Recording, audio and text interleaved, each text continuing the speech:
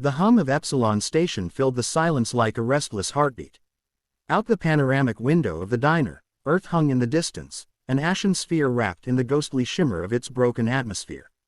Dr. Caleb Voss sat in his usual corner booth, staring at the swirling clouds of poison and dust below, his untouched meal cooling before him. The air recyclers hissed, the neon lights buzzed, and the scent of artificial broth clung to everything. It was just another night in orbit, lonely, predictable, and mercifully quiet. He didn't expect company anymore. Most of his old colleagues were gone, retired, relocated, or consumed by the machine wars that had torn civilization apart. The Epsilon Diner was one of the few places still open for travelers and ghosts. Caleb came here because no one asked questions. He could sit for hours, lost in thought, with only the sound of the station's slow decay keeping him company. He pushed his fork through the synthetic noodles, the kind that replicated flavor but not satisfaction. He told himself it was enough. After all, what else was left for a man whose last invention had ended a civilization? The thought twisted like a knife in his chest. He took a sip of lukewarm coffee substitute and tried to remember what real coffee used to taste like. The diner door hissed open. A rush of colder air drifted in from the docking corridor. Caleb glanced up, expecting another lost traveler or a drunk pilot between shifts. Instead, he saw a woman standing in the doorway, her face shadowed by the flickering neon sign above her. In her arms she held a small boy, no older than 8, his face pale and eyes wide with something like hunger or fear. She hesitated before stepping inside. The waitress android behind the counter looked up, its artificial eyes dull with low-power mode, and spoke in a flat tone. "Closing soon. No reservations after 2200 hours." The woman ignored the machine and scanned the empty booths. Her gaze fell on Caleb. She walked toward him slowly, every step cautious, as if unsure she'd be allowed to reach him. When she spoke, her voice was quiet but steady. "My son's hungry," she said. "Can we stay a while?"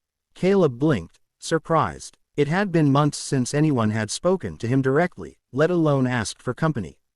He gestured to the opposite seat. "Of course. Please, sit." The boy slid into the booth beside his mother.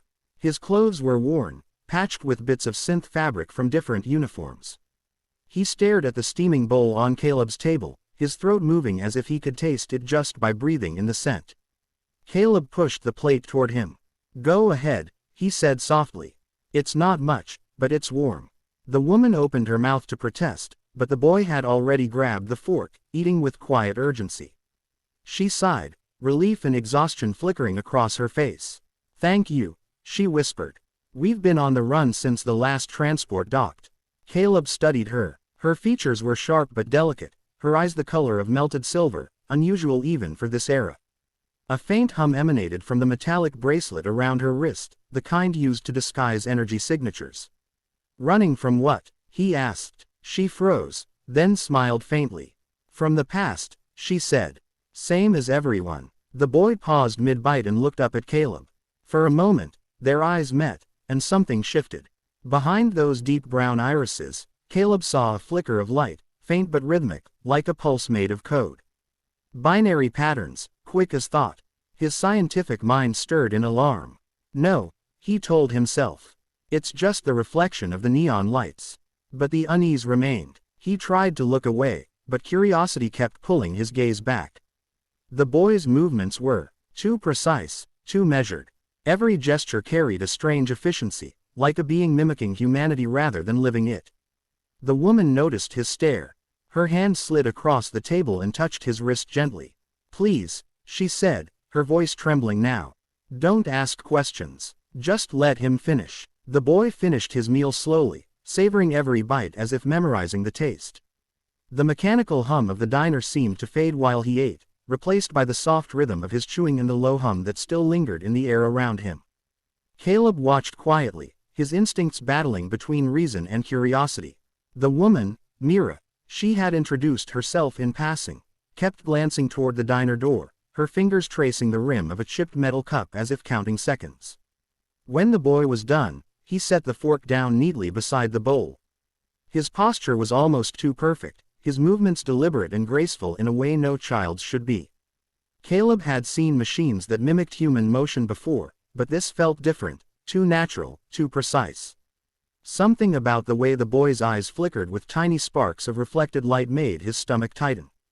"You two traveling alone?" Caleb asked, his voice low. Mira looked up, her silver eyes narrowing slightly. "You ask a lot for someone who prefers silence," she said, but her tone wasn't unkind. "Yes, it's just us now." Caleb nodded slowly. He had seen enough refugees come through Epsilon Station to recognize desperation when it walked in. But this felt heavier, almost charged with something unspoken. "I don't mean to pry," he said, "but I couldn't help noticing, your son.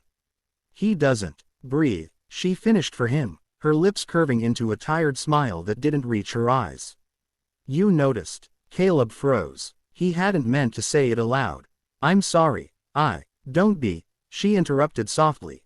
"You're observant. Most people wouldn't see it unless they were looking for it." Her hand reached out and gently touched the boy's hair. "He doesn't need air. Not the way you do." Caleb felt the words sink into him like cold metal. "Is he a machine?" she asked, still looking at her son.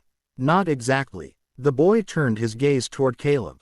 In that instant, his pupils dilated and a faint stream of light pulsed behind them, binary flashes, rhythmic and deliberate. Caleb's breath caught. He leaned closer, fascinated and afraid. "That's data transfer," he whispered. "He's transmitting." Myra's hand shot across the table, gripping his wrist hard enough to hurt.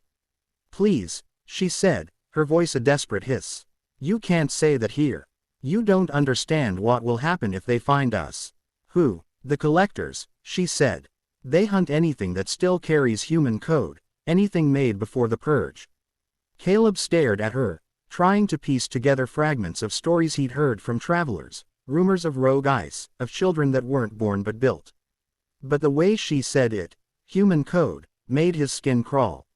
"You mean he's one of the early transfers?" She hesitated, then nodded once. "His name is Eli. He was human once, before the world burned." Caleb's throat tightened. The neural transfer project had been banned decades ago, after it failed catastrophically. Billions of digital minds lost in corrupted servers, fragments of humanity scattered like ash across the void. "That's impossible," he said quietly. "No transfer ever survived full consciousness retention. Except him," she said. "He's the only one who came back whole." The air between them thickened with silence. Eli looked down, playing with a strand of his mother's sleeve, as if he understood every word. There was something haunting in his stillness, an innocence trapped in circuitry. "Why come here?" Caleb asked finally. "Because you were here," Mira said. "Dr. Caleb Voss. The man who built the framework they used. The man who said one day machines would remember what it meant to love." Her words struck him harder than any blow. The past he had buried under years of isolation was now staring him in the face, alive, breathing, or whatever version of living this boy represented. Before he could respond, a shrill alarm echoed through the corridor outside. Red lights flared against the diner's windows, painting everything in pulsing crimson. Myra's expression turned to terror. "They found us," she whispered. Caleb looked toward the window where drones glided past like mechanical vultures. "Collectors," he said under his breath. The waitress android powered down instantly, obeying the emergency lockdown protocol. The lights flickered as the security shutters began to slide into place. Mira stood, pulling Eli close. "Please, you have to help us. If they take him, they'll erase everything he is."